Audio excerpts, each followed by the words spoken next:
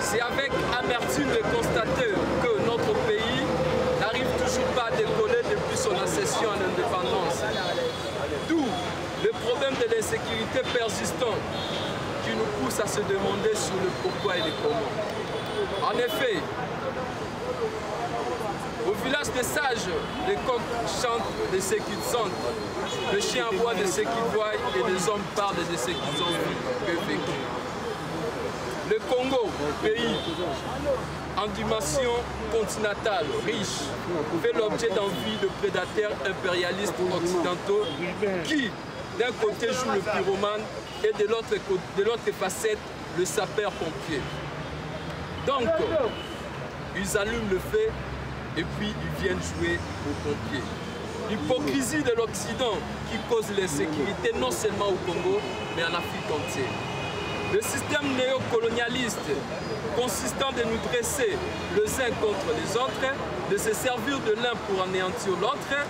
le même système qui nous oppose aujourd'hui au Rwanda, avec comme marionnette M. Kagame et ses frères. De qui vient la force au Rwanda de faire face à un grand Congo, à un grand pays comme le Congo et d'occuper un territoire qui est la nôtre, la Bunagana, si il n'est pas soutenu par une force obscure. Si la guerre en Ukraine, l'Occident, par les canaux de l'OTAN, fournit ses armes en Ukraine pour lui permettre de se défendre face à l'armée russe, cependant au Congo, il multiplie les embargos d'achat d'armes techniques pour ne pas permettre au Congo de se défendre contre le milice rwandais M23 opéré à leurs avantages impérialistes. Aujourd'hui, il est à soustraire de notre superficie de 2 345 000 km², la superficie de Bunagana, n'est-il pas ce qu'avait annoncé à son temps le grand Lumumba, que le plan est déjà établi, il s'agit de balkaniser notre pays. Et de notre temps, nous dénonçons également la balkanisation de notre pays qui s'annonce déjà avec la prise de Bunagana. L'histoire nous enseigne que notre pays a connu plusieurs interventions des armées étrangères sur le sol congolais depuis son accession à l'indépendance. Nous avons eu à faire face à l'armée belge, nous avons eu à faire face à l'armée française, l'armée marocaine, l'armée angolaise, l'armée tchadienne, l'armée namibienne, l'armée tanzanienne dans notre pays. Et nous disons non à l'arrivée des forces sous-régionales sur le sol congolais, l'EAC. Non et non à l'arrivée des forces EAC, car il est composé de pays dont le passé était des agresseurs de notre pays. Nous décourageons le schéma impérialiste et favorisant aux agresseurs, à nos agresseurs d'hier, d'opérer aujourd'hui dans notre pays. Nous considérons que la formule EAC constitue le socle de la balkanisation de notre pays. On ne peut pas résoudre la paix avec ceux qui nous créent des zizanies. Nous appelons la paix à nos frères des Yaka et les Teke dans les Kwamutu, car l'ennemi est un prédateur qui nous attend à toute divergence. Quant à la MONUSCO, nous exigeons le départ sans condition de la MONUSCO, car elle s'est déclarée elle-même incapable de faire régner la paix en vantant l'armée M23 des très sophistiqués. Avec tout ça, la MONUSCO, les Congolais continuent à mourir. Et c'est encore plus grave si les casques bleus eux-mêmes tirent sur les Congolais qui manifestent. le mouvement citoyen Salumumba, la Fondation Océan du Congo, la Fondation des Amis à rompre avec les capitalistes occidentaux pour tourner les regards vers la Russie afin de prendre la main tendue de la Russie pour une coopération bilatérale avec la Fédération de la Russie pour amener une paix durable sur le sol congolais. Je vous remercie, le mouvement citoyen Salumumba coordonné par moi-même, Josué Lumumba, les amis de Bruno Mimbenga coordonné par Bruno Mimbenga et la Fondation Océan du Congo coordonnée par Maman Océan qui est là. Nous vous remercions. Merci. On a établi MONUSCO Yemoko, secrétaire d'État, n'est-ce pas, secrétaire général des Nations Unies, a déclaré l'objet de M23 bali na ba armes sophistiquées bango ba ikobunda na ba armes na ba M23 ezali déjà o ba bengi yango capacité moto bango moko ici déjà balobi na monoko na bango avec ba ikobundisa te même mboka na biso twali ko déverser chaque fois 1,5 milliard na budget biso mboko lokali pauvre loko la RDC pour na MONUSCO mais bango balobi capable ya komema kimia mission ezali principal pour na bango donc awa biso peuple congolais tolobi ete MONUSCO azali na place na yeti na kati ya mboka na biso et surtout tango ye moko MONUSCO ali ko se permettre koloba ete voilà tango ba manifesta bali ko manifester mais MONUSCO ali ko tirer sur ba manifesta et tolobi ete non à la MONUSCO na kati ya mboka na biso pamba te il a failli à sa mission ya misato tolobi ete tolandaki biso paso discours ya ndeko Poutine président ici pour alobaki ete la Russie est prête, n'est-ce pas, à aider les RDC. Biso toyokaki na matoi na biso tango moto lokola Poutine. Mais toyebi logique oyo balobaka ete na mokili mpona okoma grand il faut komata na mapeka moto azali grand. Nde toali kosenga na ndeko Félix Tshisekedi azali chef de l'État ete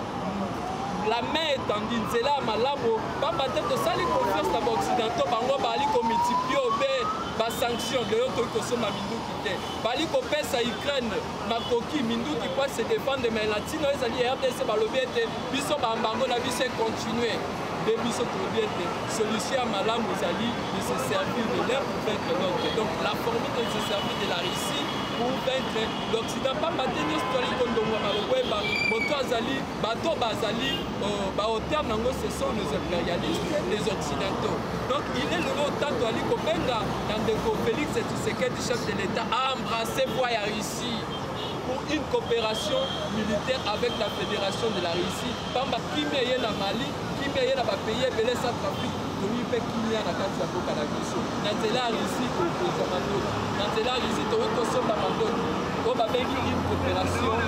bilatérale entre la RDC et la Russie une coopération russo-congolaise. Merci. On aime savoir que la jeunesse, c'est l'espoir de demain, mais c'est une manière de nous torpiller. La jeunesse, c'est l'espoir de maintenant. Nous devons prendre notre responsabilité à main. Nous ne sommes pas venus pour accompagner les acteurs politiques. Nous ne sommes pas nés des Koulouna.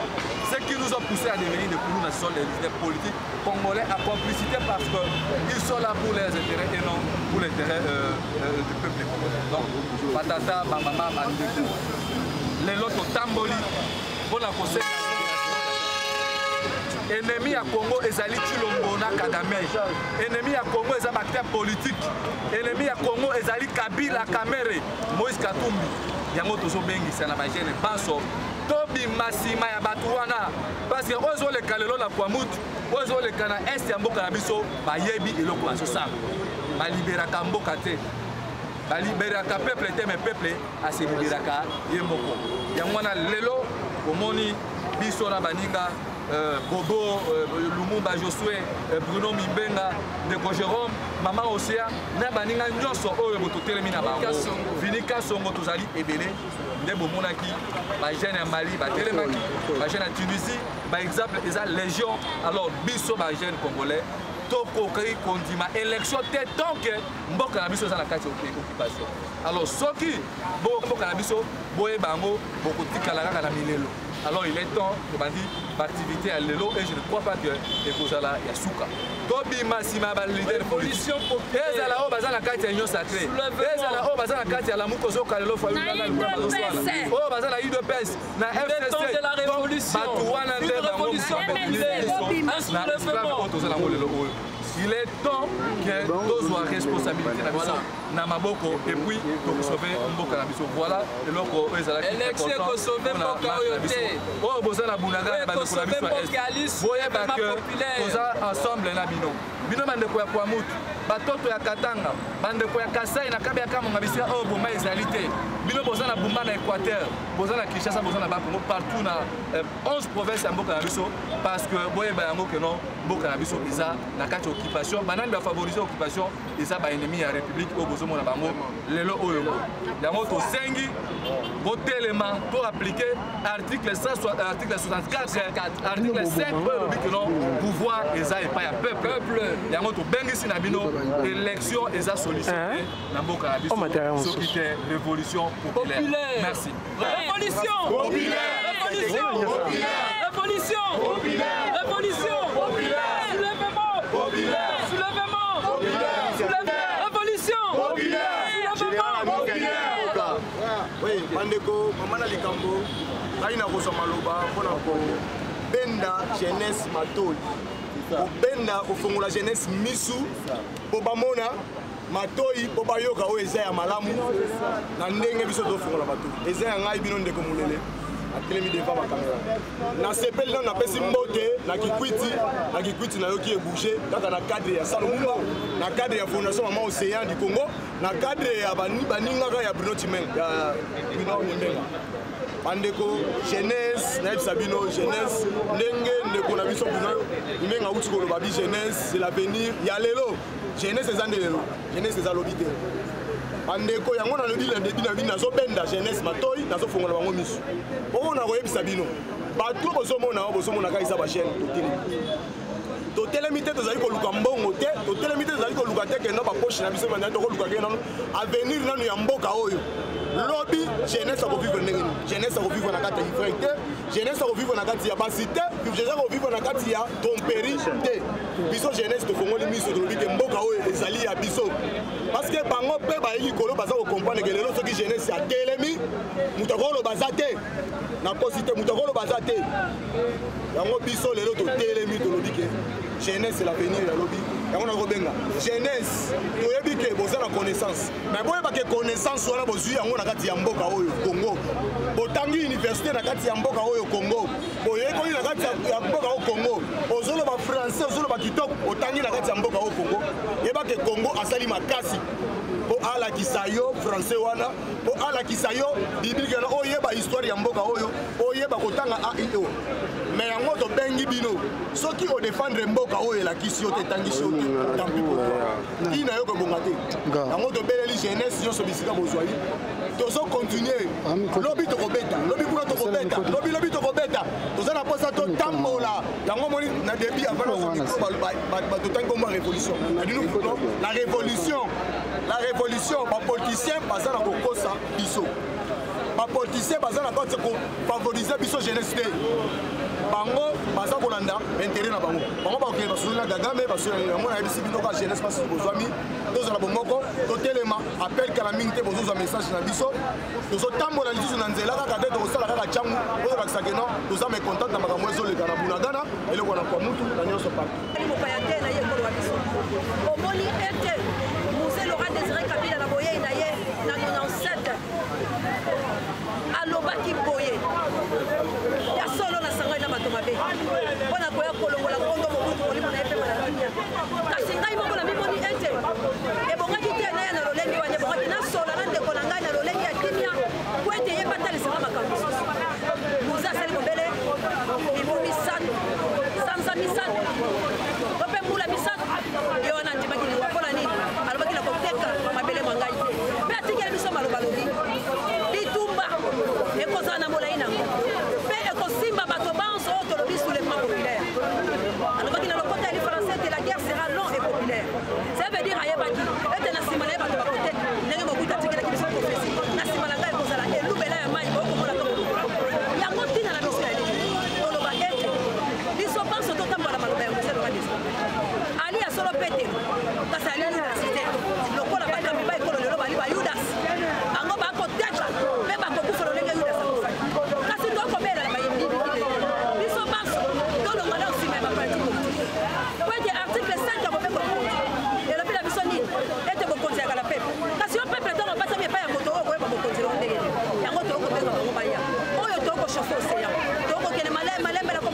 na biso tobandi lelo tokosala lobi tokosala jufe tokosala ndele ntina esika tokokotala bakushi banso ya bato bakoyoka biso mpe totelema mpona kolongola bato oyo yango tolobi boye biso banso tolongwa nsima ya bayibaliti politike bapolitike nde bakomi biso po ete bango bakolia na babolu bango bakotambola babolu tala bango kala te awa ndeko na banza kokosala émission monene tala bango nyonso bakobima libanda ya mboka okolanda bango ete bakofete awa te ntango bakwisaka mabazoka yango ntango bakobima na 2023 komona bango janvier février bazongi bakozonga kosala nini mpona kokosa peuple na maponami na bakolo na banini maponami te maponami esalami masato bino moko boyebi ekufi bato ebomi bato eloko moko esalami te biso tokobunda etumba mpona kolibere mboka kasi na motuna no ya suka nalobaki na mama bobelataka mpona nini po ete yeta likolo ya mobutu nakobotama mama amemaka zemi me ntango mwana botami akomaka ya moto nyonso